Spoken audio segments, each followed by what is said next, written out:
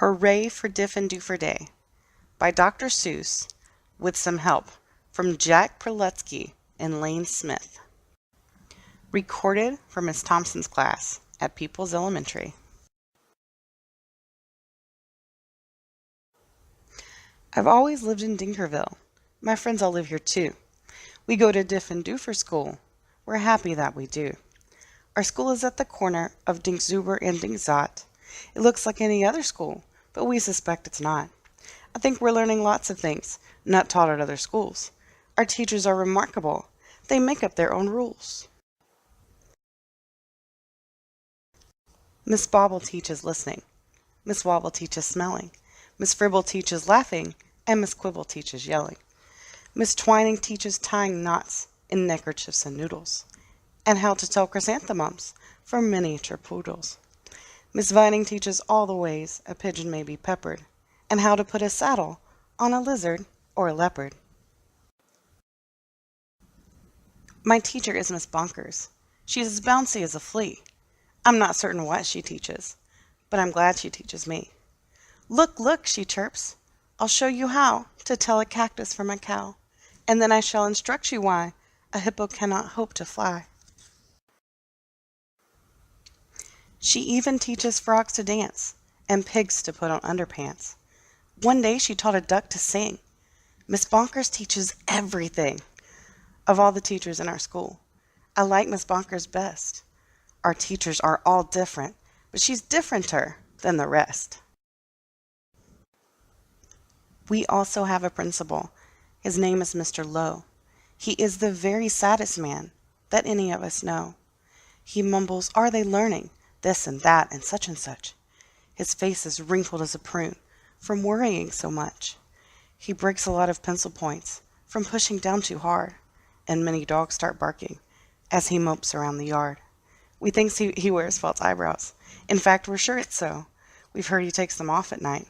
I guess we'll never know. But we know he likes Miss Bonkers.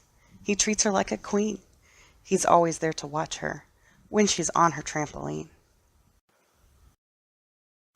There are many other people who make Diffendoofer run. They are utterly amazing. I love every single one. Our nurse, Miss Clot, knows what to do when we've got the sniffles or the flu. One day I had a splinter, so she bandaged me from head to toe.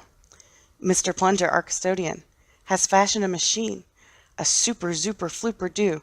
It keeps the whole school clean.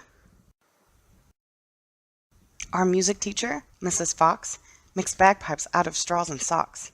Our art instructor, Mr. Bees, paints pictures hanging by his knees. In science class with Mr. Katz, we learn to build robotic rats. In gym, we watch as Mr. Bear hoist elephants into the air. Miss Loon is our librarian. She hides behind the shelves and often cries out louder when we're reading to ourselves. We have 3 cooks, all named McMunch, who merrily prepare our lunch. They make us hot dogs, beans, and fries, plus things we do not recognize. And as they cook, they sing their song, not too short and not too long. Roast and toast and slice and dice, cooking lunches oh so nice. We were eating their concoctions, telling jokes and making noise, when Mr. Lowe appeared and howled, "Attention, girls and boys!" He began to fuss and fidget, scratch and mutter, sneeze and cough. He shook his head so hard we thought his eyebrows would come off. He wrung his hands, he cleared his throat, he shed a single tear, then sobbed, "I've something to announce, and that is why I'm here. All schools from miles and miles around must take a special test to see who's learning such and such, to see which school's the best. If our small school does not do well, then it will be torn down, and you will have to go to school in dreary Flobbertown." "Not Flobbertown," we shouted, and we shuddered at the name.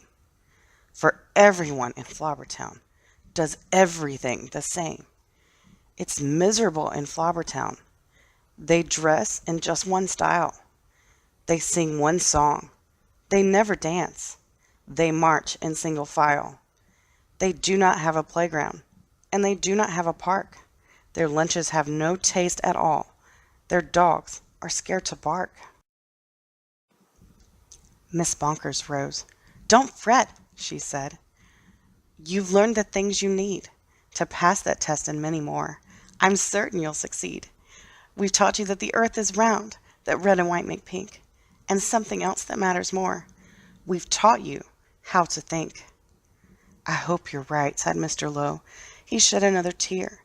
"The test is in 10 minutes, and you're taking it right here."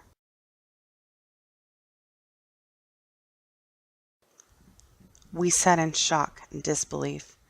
"Oh, no," we moaned. "Oh, no." We were even more unhappy than unhappy, Mr. Lowe. But then the test was handed out. "Yahoo!" we yelled. "Yahoo!" For it was filled with all the things that we all knew we knew. There were questions about noodles, about poodles, frogs, and yelling, about listening and laughing, and chrysanthemums and smelling. There were questions about other things we'd never seen or heard, and yet we somehow answered them, enjoying every word. 1 week later, after recess, Mr. Lowe meandered in. We'd never seen him smile before, but now he wore a grin. He soon began to giggle. Then his giggle grew by half, and then it really happened. Mr. Lowe began to laugh. "You've saved our school! You've saved our school!" he jubilantly roared. "We've got the very highest score." He wrote it on the board. Miss Bonkers did some cartwheels, till her face turned cherry red. She bounded up to Mr. Lowe and kissed him on the head. "Hooray! Hooray!" she shouted. "I'm so proud I cannot speak." So she did another cartwheel, and she pecked him on the cheek. "Ahem, ahem," coughed Mr. Lowe. "You all deserve a bow. I thus declare a holiday. It starts exactly now. Because you've done so splendidly in every sort of way, this day forever shall be known as Diffendoofer Day. And furthermore, I promise I won't ever wear a frown, for now I know we'll never go to dreary Flowertown." Then we held a celebration. There was pizza, milk, and cake. Like everyone, I ate too much and got a bellyache. We laughed and whooped and hollered the entire school day long. Then we all sang triumphantly the Diffendoofer song. We love you, Diffendoofer School. We definitely do. There surely is no other school that's anything like you. You're gribulous, you're grobulous. Each day we love you more. You are the school we treasure and unceasingly adore. Oh, finest school in Dinkerville, the only one as well. We love you, Diffendoofer School, much more than we can tell.